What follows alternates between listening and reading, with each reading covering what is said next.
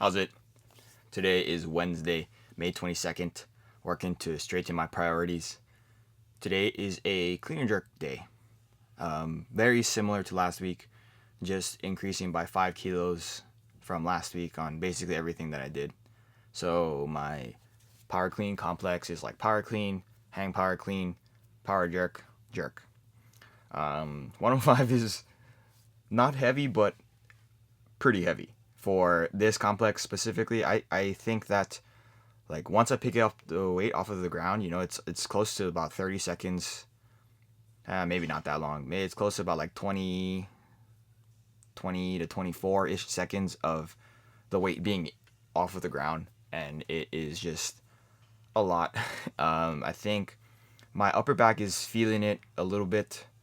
And my hips are definitely a little bit tight from yesterday. But I think the leg stuff is a pleasant feeling overall. Like I feel like I know that it's not great to experience DOMs. It means that I can't really like train to 100%, but I'm pretty happy with feeling like I did work yesterday. I don't know if I'm going to be able to do this 4-move complex next week if I continue to push by 5 kilos. I think realistically I can push my snatches and my squats by 5 kilos for next week. Don't know about this one though. We'll see. I might have to do like a power clean plus a hang full clean. I don't think that I can't do the hang power clean. It's just like putting everything together and then trying to execute all of it is just a bit challenging.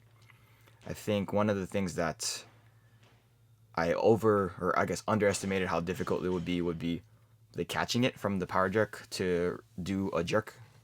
This is my last warm up here. I don't do the full complex. Just want to make sure that I'm able to get the weight over my head pretty solidly. And I was able to do that. But yeah, here's my first set at 105. I think, like, power clean wise, I jumped back quite a bit. And some people say that is not necessarily great, but I don't think that it's the end of the world. I think when I look at where the bar is moving, so if I'm moving relative to the bar, then I think I'm moving pretty okay. So if the bar is kind of going straight, but my body is going backwards, that means that I've kind of adjusted my body to allow for the bar to go straight. That makes sense?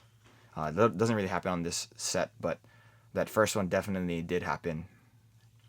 And I'm trying my best to just keep connected to the bar.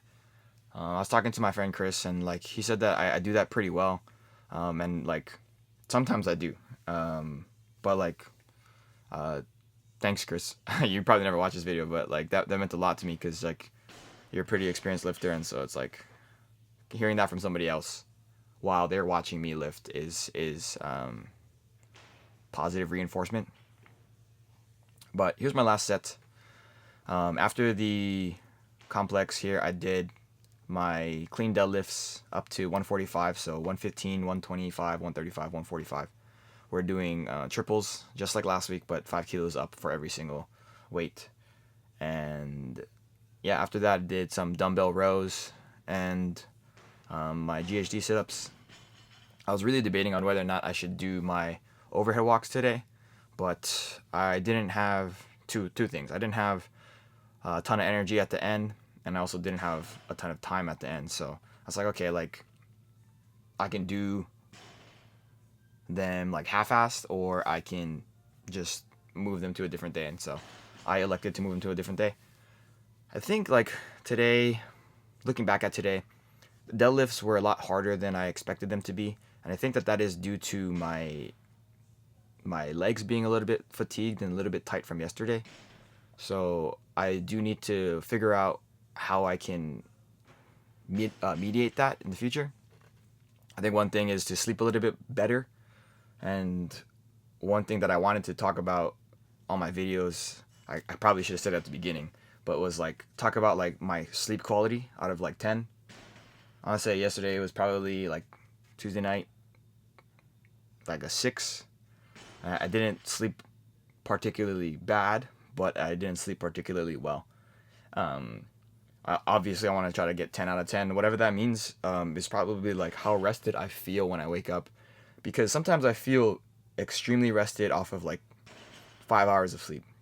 And sometimes I don't feel rested after 10 hours of sleep. So like it just really depends on how I feel. I don't know. It's like one of those like the Whoop. I've never used the Whoop, but I have a lot of friends who have in the past. And ooh, look at me here. Look at this. Look at this. Little lumpy boy. But the Whoop has like the like sleep quality. It's like red, red, orange, yellow, or is it just red, yellow, and then green? I don't know. I don't know, but I know that it tracks how much strain you've had, like physical strain the day before, and then how much sleep that it thinks you need, or something along those lines. It's I'm pretty sure it's a comprehensive thing. I don't know if it's like one of those things where it's nebulous, because sometimes it's the color does not line up with how the athlete actually feels. So if the Whoop is telling you, oh, you're green, you're good, your recovery was great overnight, and you feel like ass, then that's probably not good. So yeah, I'm gonna try to track that on my own, like my own mental. But that's it for today. Thank you for watching. Shoots.